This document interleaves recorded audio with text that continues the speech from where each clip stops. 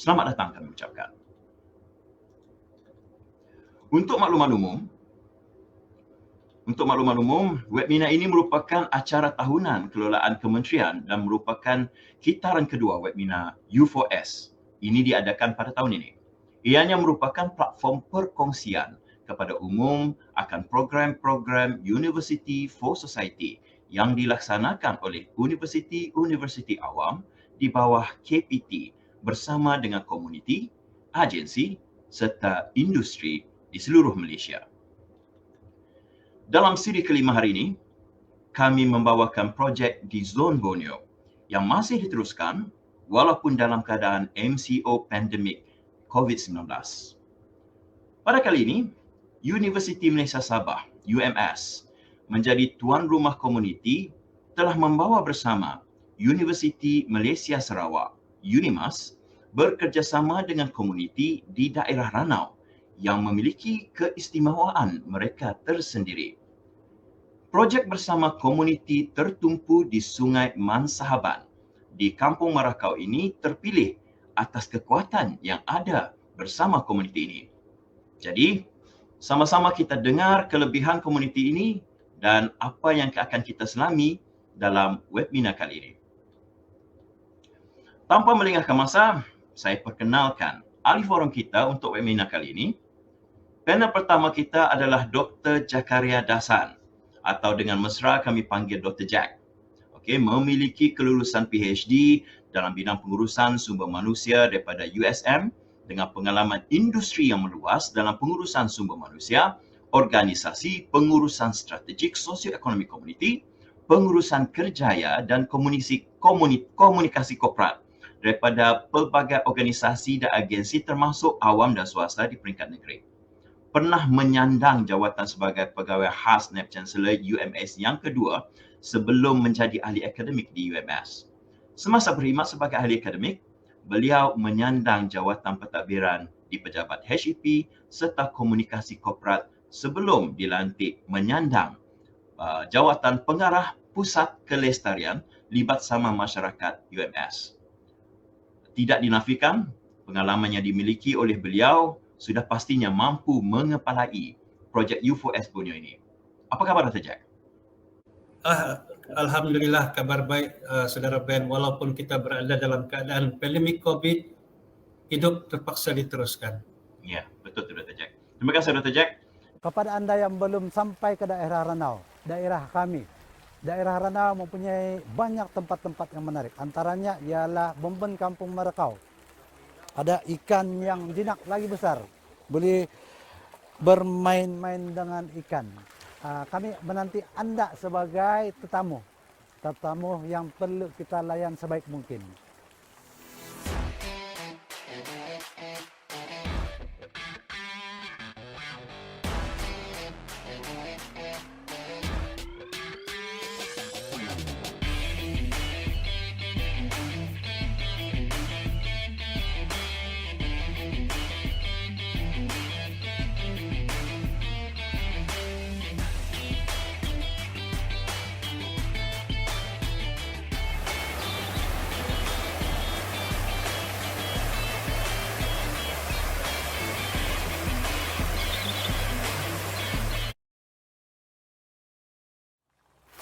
Bila pandemik COVID melanda seluruh dunia, betul-betul memberi kesan kepada Bomben Kampung Marakau.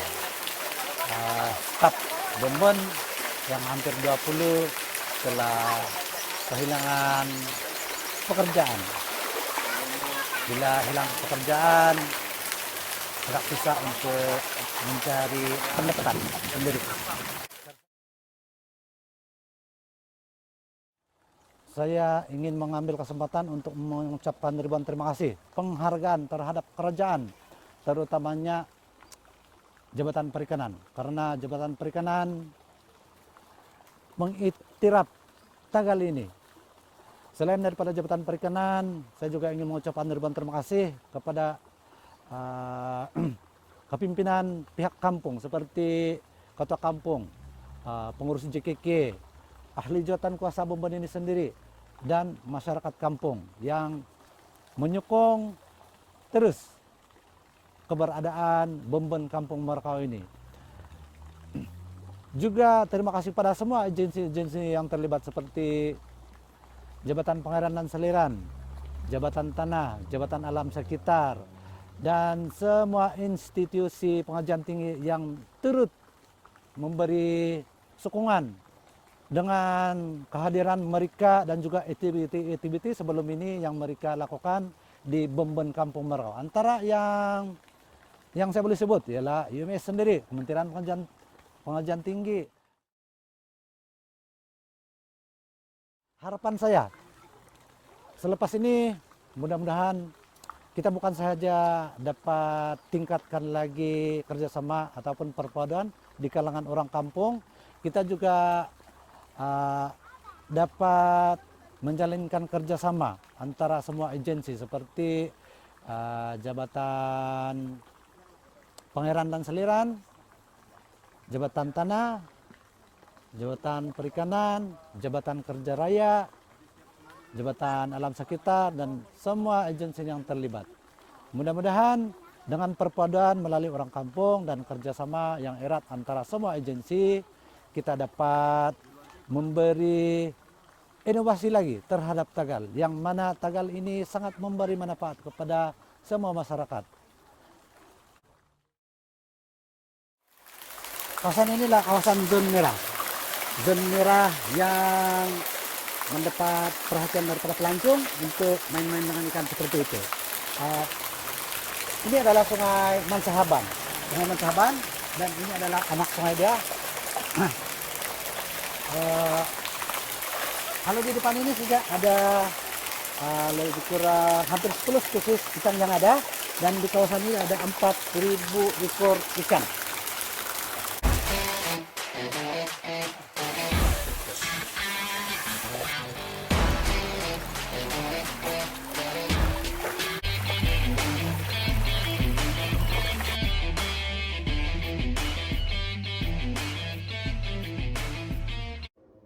Demikian ya, tuan-tuan dan puan-puan, sidang pendengar kita yang kita hormati, merupakan rakaman berhubung dengan kawasan Kampung Merakau, iaitu berhubung dengan Bombon itu sendiri. Jadi Encik Hamdan telah menyatakan inisiatif peringkat komuniti, apa yang telah dilakukan di peringkat awal dan apakah rangka kerjasama komuniti bersama dengan agensi setempat dalam memperkasakan destinasi pelancongan komuniti di daerah Ranau.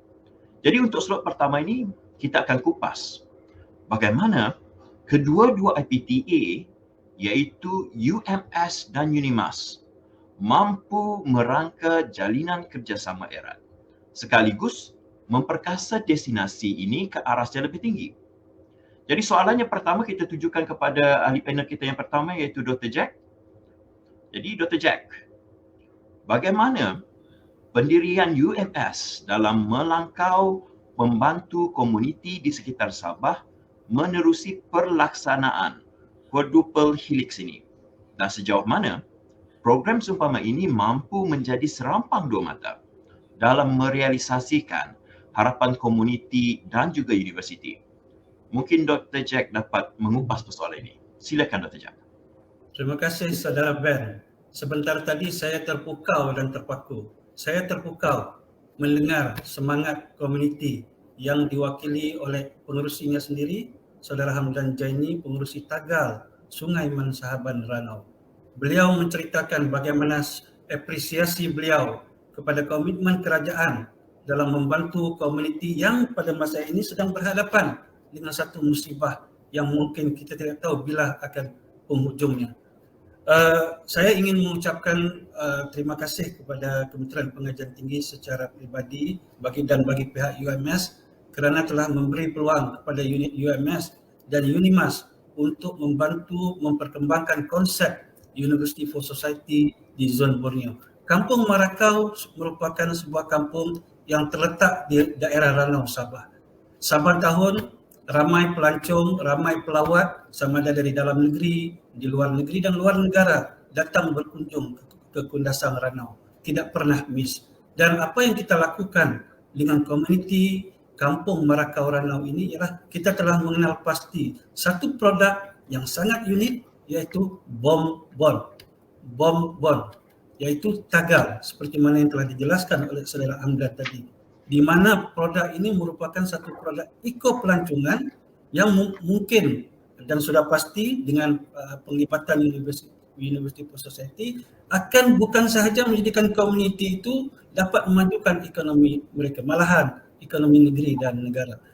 Saya ingin memulakan perkongsian untuk soalan yang pertama ini tentang maksud komuniti tertumpu. Apa dia komuniti tertumpu? Saya ucapkan terima kasih kepada Profesor Dr. Coswell Stephen Sipau, penolong Naib Chancellor Jaringan Industri dan Masyarakat UMS, yang sebenarnya telah memperkenalkan idea ini, di mana komuniti tertumpu itu adalah satu idea. Bagaimana kita mengenal pasti produk sesebuah komuniti yang boleh dibangunkan dan dijayakan secara lestari. Produknya apa tuan-tuan, puan-puan? Produknya ialah tagal ikan. Di mana untuk makluman para penonton sekalian, tahun 2019 sahaja seramai 30,000 orang pelancong telah datang ke Marakau semata-mata nak tengok ikan dalam sungai. Dan bila kita turun padang, kita dapati bahawa persediaan komuniti ini sebenarnya boleh diperhebatkan lagi. Jadi apa yang kita lakukan menerusi perkongsian ilmu dan juga sumbangan dari dua universiti iaitu UMS dan UNIMAS menerusi kepakaran para pensyarah yang terlibat, kita telah memperkenalkan pakej tambahan yang boleh mengembangkan lagi produk tagal ikan ataupun bonbon di Marakau ini. Iaitu terdapat 5 projek ya. 3 projek diketuai oleh Universiti Malaysia Sabah, para pensyarah Universiti Malaysia Sabah, manakala 2 projek yang lain diketuai oleh UNIMAS. Inilah konsep kita bergabung. Dan 3 projek yang diketuai oleh UMS itu, yang pertama ialah projek Tantadan. Tantadan itu sebutan di Sabah, maksudnya kelulut. Projek Tantadan Kelulut ini sebenarnya kita bangunkan, kita perkenalkan di komuniti ini adalah untuk menyokong pelancongan tagal itu tadi. Sebab pelancong bila datang ke tagal bonbon ini, mereka cuma dapat menyaksikan kehebatan ikan-ikan yang jinak di sungai. Tetapi selepas itu mereka tidak mempunyai option lain untuk menyaksikan apalagi projek sosioekonomi yang boleh dilawati dan sebagainya. Jadi kita perkenalkan Tantadan ini ataupun Kelulut ini dibangunkan oleh komiti itu sendiri, di mana nanti projek sarang-sarang ini akan diletakkan di tempat lain, tetapi replikanya akan ditempatkan di tagal ini. Dan keduanya kita membangunkan produk makanan yang berasaskan Kelulut itu tadi. Dan projek kedua ini diketuai oleh seorang pakar dari Universiti Malaysia Sabah. Kita perkenalkan kios beroda. Kios beroda ini tuan-tuan dan puan-puan mungkin secara imajinasi boleh mengimajinasikan sebuah kios yang ada roda. Tetapi sebenarnya konsep kios beroda itu lebih daripada itu. Sebab di kios itu kita bina supaya komuniti ini boleh memasarkan produk bukan sahaja ketika pelancong datang ke Tagal, tetapi mereka boleh bawa kios beroda ini untuk menjual produk makanan mereka yang dihasilkan oleh mereka ketika di tempat-tempat lain seperti di daerah Ranau dan di tempat-tempat lain yang ada program-program yang terdapat orang ramai, yakni pelanggan. Dan ketiga, kita membangunkan digital apps ya, pemasaran produk dan sebagainya. Dan 2 projek yang lain ialah agropelancongan yang dijayakan oleh pakar-pakar daripada UNIMAS. Saya ingin menyentuh sedikit Saudara Ben ya, minta maaf mungkin terlebih overrun ya. Tadi Naib Chancellor Universiti Malaysia Sabah Profesor Datuk Dr. Taufik memaklumkan bahawa pendekatan yang efektif adalah apabila kita menerapkan 3 elemen penting. Yang pertama ialah holistik. Maksud holistik tadi seperti yang disampaikan oleh Naib Chancellor UMS ialah kita sebenarnya ingin tahu apakah kehendak komuniti. Apabila kita tahu kehendak komuniti, maka barulah kita boleh mencadangkan suatu projek dan projek itu akan menjadi lestari. Yang keduanya inklusif. Inklusif ini baru-baru ini saya sempat mendengar Profesor Datuk Dr. Asma bercerita mengenai bahawa kita bukan lagi di alam knowledge transfer. Sebenarnya kita sudah masuk ke satu alam yang baru, iaitu knowledge assimilation. Maksudnya di sini ialah kita perlu mendengar sama apakah penambahbaikan yang boleh kita perolehi bila kita pindahkan ilmu kepada komuniti. Itulah yang dinamakan asimilasi ilmu. Dan ini kita kategorikan sebagai elemen inklusif. Ketiga, paling penting, iaitu partisipatif. Inilah yang disebut tadi Saudara Ben, ya, quadruple helix.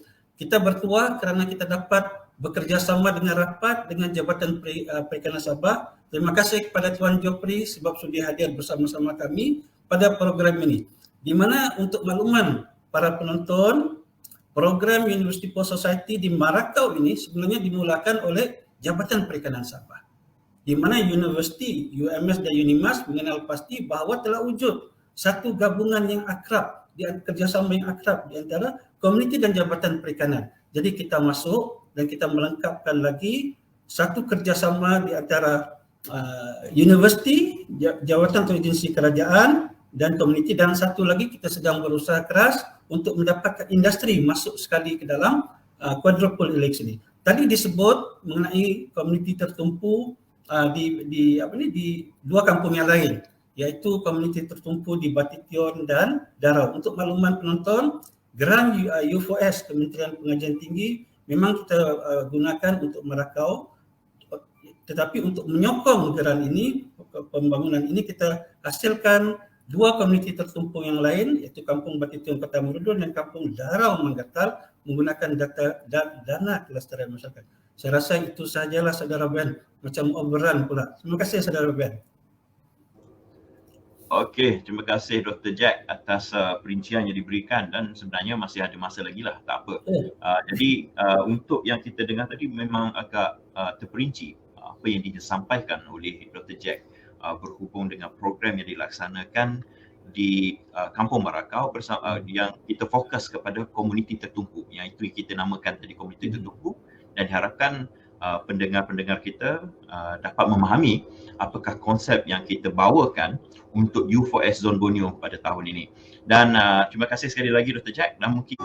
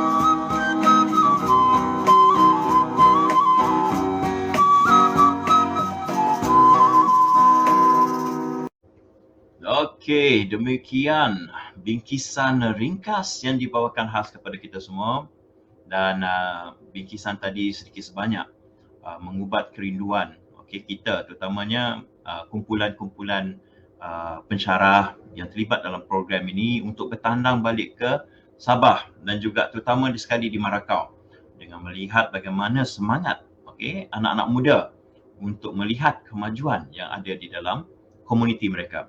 Okey, terima kasih kita ucapkan kepada Jabatan Pertanian dan juga komuniti Marakau di atas video dikongsikan. Jadi untuk seterusnya, pusingan kedua ni, kita akan meneliti apakah pihak universiti dan agensi serta industri bergerak seiring dalam fasa kesediaan komuniti yang ada sekarang. Terutama kalau kita melihat dalam industri pelancongan yang bersifat dinamik dan multidimensi. Jadi COVID-19 telah membawa kesan yang besar terutama dalam komuniti yang terlibat dalam sektor pelancongan. Komuniti di Marakau turut tidak terlepas daripada tertempias dengan ledakan pandemik yang berlaku di dalam negara kita dalam tempoh 2 tahun ini. Jadi, kita berbalik kepada Dr. Jack. Jadi menurut Dr. Jack, apakah bentuk sokongan yang dapat diberikan oleh universiti atau yang boleh dimainkan dalam menghidupkan semula sosioekonomi komuniti ini yang terkesan oleh pandemik? Silakan Dr. Jack. Terima kasih Saudara Ben. Saya buat pembetulan sedikit, Saudara Ben, Jabatan Perikanan.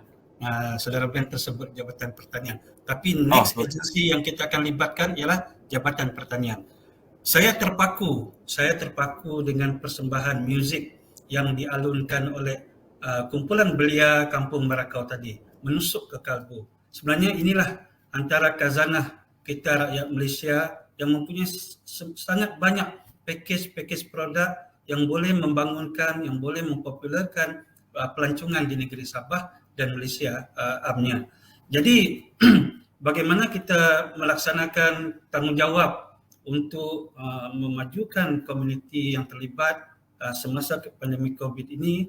Pertamanya seperti yang saya telah kongsikan pada slot yang pertama tadi ialah kita mengenal pasti produk-produk sampingan yang boleh membantu produk utama. Saya juga ingin berkongsi, alang-alang Saudara Ben sebut tadi pensyarah-pensyarah supaya datang ke Sabah. Saya ingin berkongsi satu program kolaborasi di antara ECAP dan Universiti Malaysia Sabah yang kita panggil ECAP UMS SDG Leadership Program, University for Society. Di mana program ini adalah kolaborasi antara agensi ECAP dan UMS, di mana para pesertanya melibatkan wakil-wakil dari seluruh universiti awam, 20 universiti awam. Dan dalam program tersebut kita memperkenalkan satu modul. Modul ini dibangunkan oleh sahabat saya, Profesor Madya Dr. Fatimah Ahmedi dari Fakulti Perubatan dan Sains Kesihatan, dan saya sendirilah di Pusat Kelestarian Libat Sama Masyarakat, di mana kita memperkenalkan the importance of 3 elements, yaitu shared leadership, action based, dan relationship building.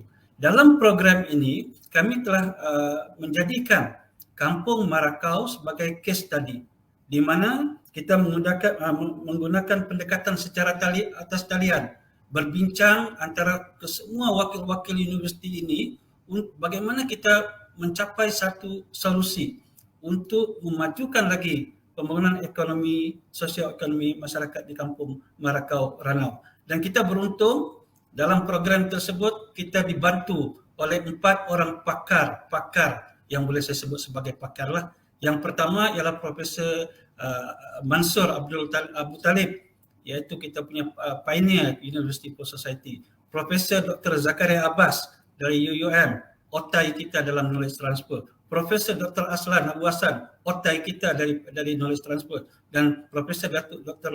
Lokman Abdul Hakim dari MMU yang bercerita mengenai aspek kesihatan. Hari ini rakan-rakan, tuan-tuan, puan-puan, para penonton, apapun yang kita buat mesti ada elemen kesihatan. Inilah trademark era COVID ini, ya, tuan-tuan. Jadi dalam program tersebut kita menjadikan Marakau sebagai ahli-ahli komuniti Marakau itu sebagai peserta yang mana kita mempelajari sesuatu dari mereka dari sudut cabaran-cabaran yang mereka hadapi, dan kita bergabung daripada wakil-wakil universiti awam ni untuk memikirkan apakah pendekatan yang paling sesuai, yang fokus untuk menyelesaikan isu komuniti ini. So itu yang saya ingin kongsikan. Dan dalam program tersebut juga kita mengundang sama wakil agensi. Pertama ialah dari Lembaga Pelancongan Sabah, di mana kita mengajak pengurus besarnya Puan Norida Osman berkongsi mengenai perspektif pelancongan ataupun pelancongan pada era COVID ini. Dan juga kita menjemput rakan agensi dari Yayasan Sabah, Dr. YD Sinun, untuk berkongsi mengenai cabaran-cabaran yang dihadapi oleh komuniti bila kita sebut kaitkan dengan ekologi.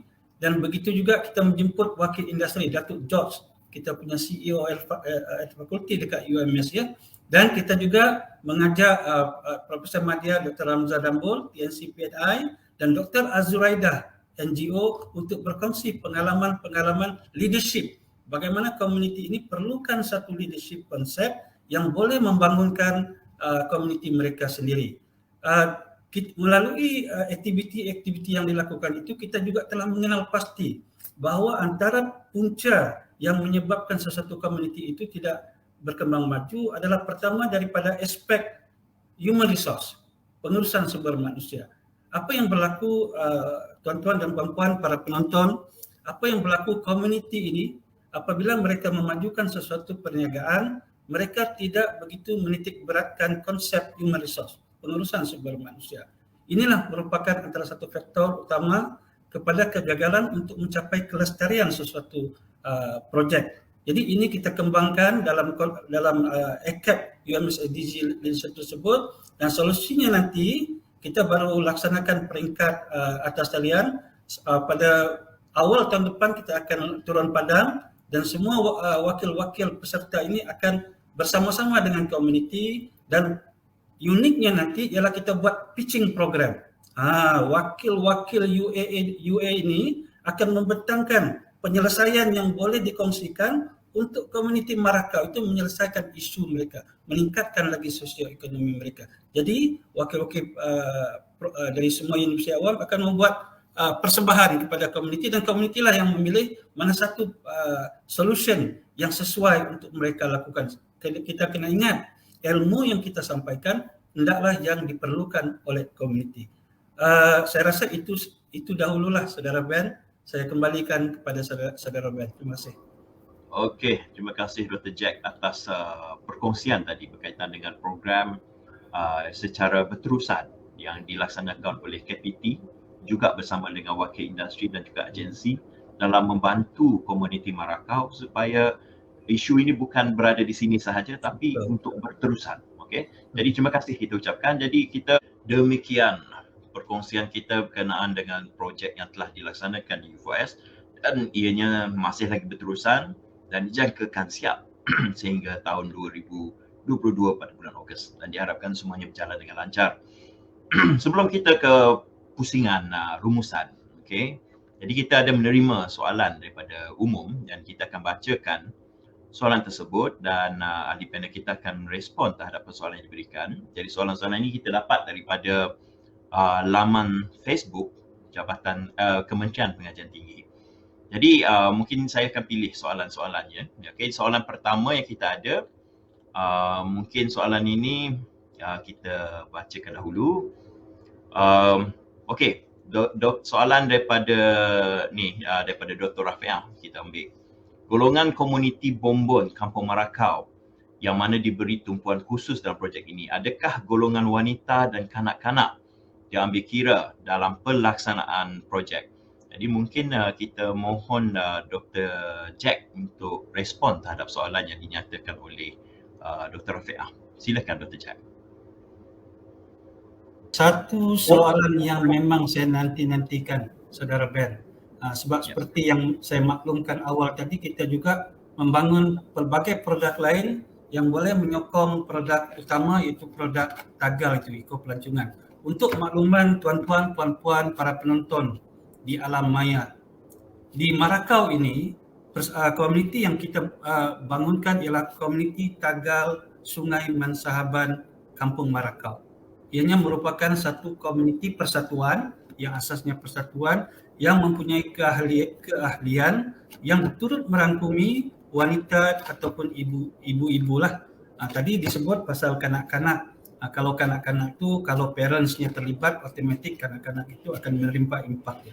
Apa yang kita lakukan di Marakau ini ialah kita membangunkan satu rumah, satu kerap tangan.